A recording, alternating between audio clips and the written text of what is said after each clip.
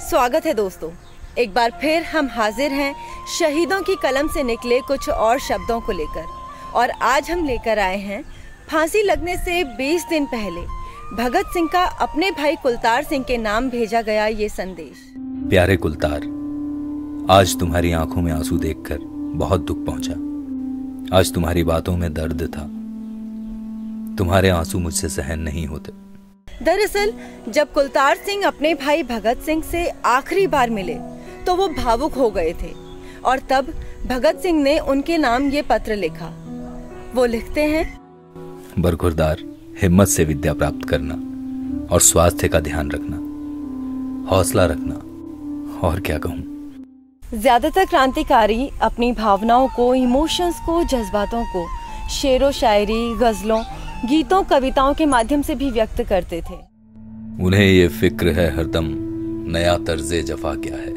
हमें ये शौक है देखें सितम की इंतहा क्या है। दहर से क्यों खफा रहें, चरख का क्यों गिला करें। सारा जहां आदू सही, आओ मुकाबला करें। ऐसे मनमौजी थे वो लोग कि मौत के कगार पर खड़े होकर भी उनकी जीवंतता कायम रहती थी। और इसी जिंदादिली के साथ वो हंसते हंसते देश के लिए अपने प्राणों को न्यौछावर कर देते थे। कोई दम का मेहमा हूँ ए अहले महफिल, चरागे सहर हूँ बुझा चाहता हूँ। मेरी हवा में रहेगी ख्याल की बिजली, ये मुश्ते खाक है फानी, रहे रहे ना रहे। ये वो ही गजल थी जो भगत सिंह ने फांसी लगने से पहले अपने भाई कुलतार सिंह को लिखी थी। अच्छा रुखसत, खुश रहो अहले वतन, हम तो सफर करते हैं, हिम्मत से रहना, नमस्ते। तुम्हारा भाई भगत सिंह। दिल से निकलेगी न मरकर भी वतन की उल्फत, मेरी मिट्टी से भी खुशबुए वतन आएगी। फांसी लगने से कुछ दिनों पहले लिखे भगत सिंह के खत हम आप तक पहुंचा रहे हैं। लीजिए ये एक और खत जो उन्होंने अपने भाई कुलबीर सिंह के नाम लिखा था। प्रिय कुलबीर सिंह, तुमने मेरे लिए बहुत कुछ किया। मुलाकात के समय तुमने अपने खत के जवाब में कुछ लिख देने को कहा था। कुछ शब्द लिख दूं बस। देख, मैंने किसी के लिए कुछ नहीं किया, तुम्हारे लिए भी कुछ न कर सका।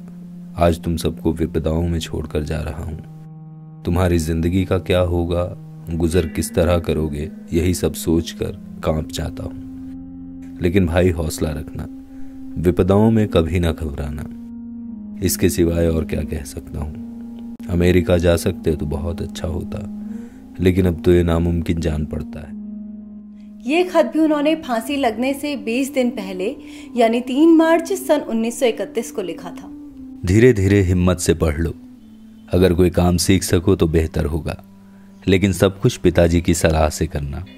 जहां तक संभव हो प्यार मोहब्बत से रहना। इसके सिवाय और क्या कहूं। जानता हूं कि आज तुम्हारे दिल में गम का समंदर ठांठे मार रहा है। तुम्हारे बारे में सोचकर मेरी आंखों में आंसू आ रहे हैं, लेकिन क्या किया जा सकता है। इंसानी जज्बात जो हर शख्स के अपने परिवार और रिश्तों के लिए होते हैं, वो भगत सिंह के लिए भी उतनी ही अहमियत रखते थे। लेकिन स्वदेश प्रेम और लोक कल्याण के आगे उन्होंने अपनी इन तमाम इच्छाओं को दबा दिया और क्रांति के इस हवन कुंड में अपने प्राणों की आहुति दे दी। हौसला रख मेरे अजीज, मेरे प्यारे भाई। जिंदगी बड़ी सख्त है और दुनिया बड़ी बेरहम, लोग भी बहुत बेरहम हैं। सिर्फ हिम्मत और प्यार से ही गुजारा हो सकेगा। कुलतार की पढ़ाई की चिंता भी तुम ही करना। बहुत शर्म आती है और अफसोस के सिवाय मैं कर भी क्या सकता हूँ। साथ वाला खत हिंदी में लिखा है, खत बीके की बहन को दे देना। अच्छा नमस्कार अजीज भाई, अलविदा, रुखसत। तुम्हारा शुभाकांक्षी भगत सिंह। वे मुझे मार सकते हैं, लेकिन मेरे विचारों को नहीं मार सकते। वे मेरे शरीर को कुचल सकते हैं, लेकिन मेरी भावनाओं को नहीं कुचल सकेंगे। ब्रिटिश हुकूमत के सिर पर मेरे विचार उस समय तक एक अभिशाप की तरह मंडराते रहेंगे, जब तक वे यहाँ से भागने के लिए मजबूर ना हो जाएं।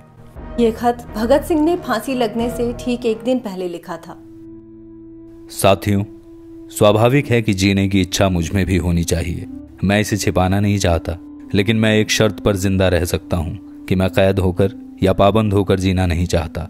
मेरा नाम हिंदुस्तानी क्रांति का प्रतीक बन चुका है और क्रांतिकारी दल के आदर्शों और कुर्बानियों ने मुझे बहुत ऊंचा उठा दिया है, इतना ऊंचा कि जीवित रहने की स्थिति में इससे ऊंचा मैं हरगिज नहीं हो सकता।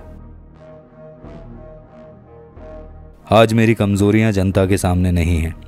अगर मैं फांसी से बच गया तो वे जाहिर हो जाएंगी और क्रांति का प्रतीक चिन्ह मध्यम पड़ जाएगा या संभवतः मिट ही जाए। लेकिन दिलेराना ढंग से हंसते हंसते मेरे फांसी पर चढ़ने की सूरत में हिंदुस्तानी माताएं अपने बच्चों के भगत सिंह बनने की आरजू किया करेंगी और देश की आजादी के लिए कुर्बानी देने वालों की तादाद इतनी बढ़ जाएगी कि क्रांति को रोकना साम्राज्यवाद या तमाम शैतानी शक्तियों के बूते की बात नहीं रहेगी। हाँ, एक विचार आज भी मेरे मन में आता है कि देश और मानवता के लिए जो कुछ करने की हसरतें मेरे दिल में थीं, उनका 1000वां भाग भी पूरा नहीं कर सका। अगर स्वतंत्र जिंदा रह सकता तब शायद इन्हें पूरा करने का अवसर मिलता और मैं अपनी हसरतें पूरी कर सकता। इसके सिवाय मेरे मन में कभी कोई लालच फांसी से बचे रहने का नहीं आया। मुझसे अधिक सौभाग्यशाली कौन होगा। आजकल मुझे स्वयं पर बहुत गर्व है। अब तो बड़ी बेताबी से अंतिम परीक्षा का इंतजार है। कामना है कि ये और नजदीक हो जाए। आपका साथी भगत सिंह।